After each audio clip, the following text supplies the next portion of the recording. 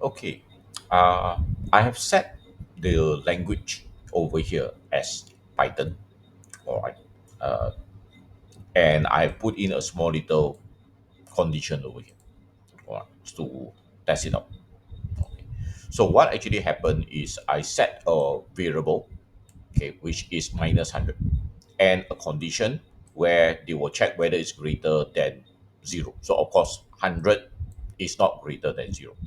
So it should run to else and do these two print, right, which is that. See, it got the false expression value minus 100. And of course, if I set this to positive 100, it will do the other side, this part, right? Because when it is true, it will do the if then section. See, down here, it is 100, so it gets a true. But if it's false, if the condition is false, it will run the else portion of the code.